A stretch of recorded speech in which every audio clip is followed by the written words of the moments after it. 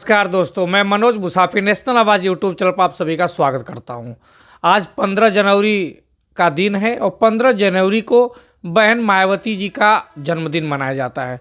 मैं बहन मायावती जी का जिक्र इसलिए करता हूं क्योंकि मुझे लगता है कि जो पिछड़े महापुरुष थे, अति पिछड़े महापुरुष थे और दलित महापुरुष थे, इन्होंने उसको रेखांकित किया। और लखनऊ से लेकर नोएडा में जो तमाम स्टैचू और मूर्तियां बनी, चाहे वो छत्रपति साहू जी महाराज के नाम पे हो या ज्योतिबा फुले के नाम पे हो, सावित्रीबाई फुले के नाम पे हो या अंबेडकर जी के नाम पे हो या कांशीराम के नाम पे हो, तो इससे लगता है कि वास्तव में जो आरक्षण के जनक थे छत्रपति साहू जी महाराज, जिसने 19वीं शताब्दी में भी आरक्षण देने की शुरुआत किया था, और ज्योतिबा फुले जिसने शिक्षा की अलख जगाई थी। शिक्षा, एजुकेशन होता क्या है, उसकी महत्व, उसकी इंपॉर्टेंस को सबसे पहले पूरे में बताया था। गोबर के फेंके जाते थे, उसके बावजूद भी उन्होंने एजुकेशन के इंपॉर्टेंस को बताया। ज्योतिबा फुले एक माली परिवार में जन्म लिए, लेकिन उसके बावजूद भी उन्होंने एजुकेशन की और समाज सेवा की महत्व को समझा। इसी तरह महापुरुषों के बारे में ज्यादातर पीढ़ियों को, ज्यादातर लोगों को बहन मायावती जी के शासन से ही पता चला। मैं बहन मायावती जी के कुछ नियम से और कुछ पॉलिसी की जरूर हमारे वैचारिक मतभेद हैं, लेकिन मैं उनकी संघर्ष की अवश्य उनको संघर्ष को देखता हूं तो मुझे बहुत प्रेरणा मिलती है। उसके जो संघर्ष उन्होंने जिस गरीबी से और जिस परिवेश में, जिस दौर में शुरू किया था, और जिस प्रकार से उन्होंने मान्यवर कांशीराम जी के साथ मिलकर गली गली, मोहल्ले मोहल्ले अपने समाज को वोट की ताकत को बताया, समाज को समझाने में वो सफल नहीं कि किस प्रकार से वोट जो तुम्हारा दूसरे लोग लेते हैं, उस वोट की ताकत से तुम सत्ता को प्राप्त कर सकते हो। 15 जनवरी 1956 को उनका जन्म हुआ और आज 15 जनवरी के दिन लखनऊ में वो अपना बर्थडे सेलिब्रेट में कर रही थी और साथ में मीडिया को संबोधित भी कर रही थी। आज 69 ईयर्स की, मतलब 69 साल की बहन मायावती जी हो चुकी हैं। 4 बार उत्तर प्रदेश की मुख्यमंत्री रही। 4 बार में 1995 में पहली बार मुख्यमंत्री बने, 1995 के बाद 97 में बने, फिर 2002 में बने और फिर 2007 में पूर्ण बहुमत की सरकार उनकी बनी, जिसको वो बार बार कहती हैं कि एब्सोल्यूट मेजॉरिटी की मेरी सरकार बनी। उस सरकार में ही उन्होंने तमाम पॉलिसी, उनमें 2 चीज़ें आज भी जो पुराने लोग होंगे याद करते होंगे कि बहन मायावती जी की सरकार में सबसे जो इम्पोर्टेंस थी वो लॉ एंड ऑर्डर था। पुलिस होती क्या है, प्रशासन क्या होता है, और बिना भेदभाव के प्रशासन अपना काम करता था। कोई भेदभाव नहीं होता था जो आज की सरकारों में देखने को मिलती हैं, लेकिन पहले इनकी सरकार में उसका नहीं देखने को मिला था। जो नौकरियां थी वो समय समय पे कैलेंडर के मुताबिक निकल रही थी और सब फ्रेश भर्ती हो रही थी, ये भी सबको मालूम है और इस बात का भी सभी लोग उस बात को वजन मानते हैं। जो गुंडे माफिया थे उनका नाजायज इनकाउंटर तो नहीं बहन मायावती जी की सरकार में होता था, लेकिन हाँ इतना जरूर है कि पोटा के तहत और कानून के तहत तमाम जो बाहुबली और दबंग माने जाते थे, सभी लोग के ऊपर जांच बैठी थी और सब लोग जेल की सलाखों के अंदर चले गए थे।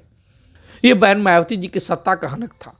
आज जो प्रशासनिक अधिकारी किसी पॉलिटिशियन की बात को अहमियत नहीं देते, तवज्जो नहीं देते, उनकी बात को अनसुना करते हैं, और वही प्रशासनिक अधिकारी, वही डीएम और एसपी और वो तमाम प्रशासनिक अधिकारी इस संवैधानिक व्यवस्था के अनुरूप जो संवैधानिक पदों पे एमएलए एमपीज होते थे, उनके साथ तालमेल बैठा के बात करते थे, ऊंची आवाज में बात नहीं कर पाते थे। उनको मालूम था कि इस देश को चलाने के लिए न्यायपालिका, विधायिका और कार्यपालिका तीनों का समावेश होना चाहिए और तीनों बराबर मात्रा में होना चाहिए। इस बात को बहन जी अच्छी तरह से वो समझती थी। आज बहन जी का जन्मदिन था तो अपने आवास पे उन्होंने मीडिया को संबोधित किया और संबोधित करके कुछ बात बोली, पहले देख लीजिए। न मेरी आप बात सुनो, अकेले चुनाव लड़कर ही हमने खास तौर से उत्तर प्रदेश में सन 2007 में अकेले अपने बलबूते पर चुनाव लड़कर हमने एब्सोल्यूट मेजॉरिटी की सरकार बनाई है तो लेकिन जो पहले राजनीति थी और अब की राजनीति में काफी फर्क है।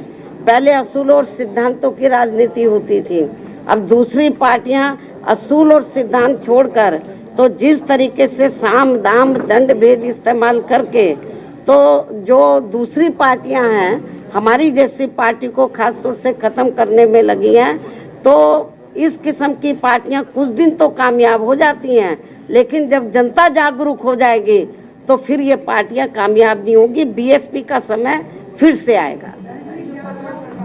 इस वीडियो में बहन मायावती जी कह रही हैं कि मैं 4 बार मुख्यमंत्री बनी, 2007 में एब्सोल्यूट मेजॉरिटी के साथ हमारी सरकारें बनी।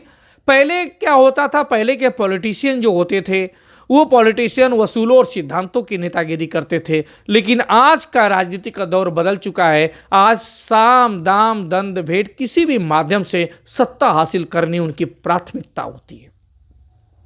आज शायद अगर कोई उचित मांग को लेकर सड़कों पर उतर जाए तो हो सकता है कि अगले दिन वो जेल की सलाखों में चला जाए, या हो सकता है 2-4 मुकदमे आ जाएं, या हो सकता है उसका घर द्वार बुलडोजर से निस्तनाबूद कर दिया जाए कुछ ना कुछ कमी निकाल के।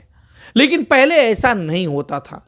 आप अपनी बात को रख सकते थे, यह मांग मानी जाए आपकी चाहे ना मानी जाए, वो बात अलग होती थी। हाँ, बहन मायावती जी के अंदर मैं जो समझता हूँ, मनोज मुसाफी जो समझता है, वो कमी ये है कि बहन मायावती जी ने जिस प्रकार से दलितों का विकास किया उस प्रकार से वो अति पिछड़ों का विकास नहीं कर पाई। जो अति पिछड़ा समाज उनके वोट दिया था, पूरा अति पिछड़ा समाज, मुझे याद है उसमें भाजपा का मात्र 14% 13% वोट प्रतिशत पूरे उत्तर प्रदेश में आता था, चौथे नंबर की पार्टी हुआ करती थी। लेकिन जो अति पिछड़ा समाज पूरी तरह से बहन जी के साथ जुड़ा था, वो अति पिछड़े समाज को दलितों के बराबर उत्थान नहीं हुआ।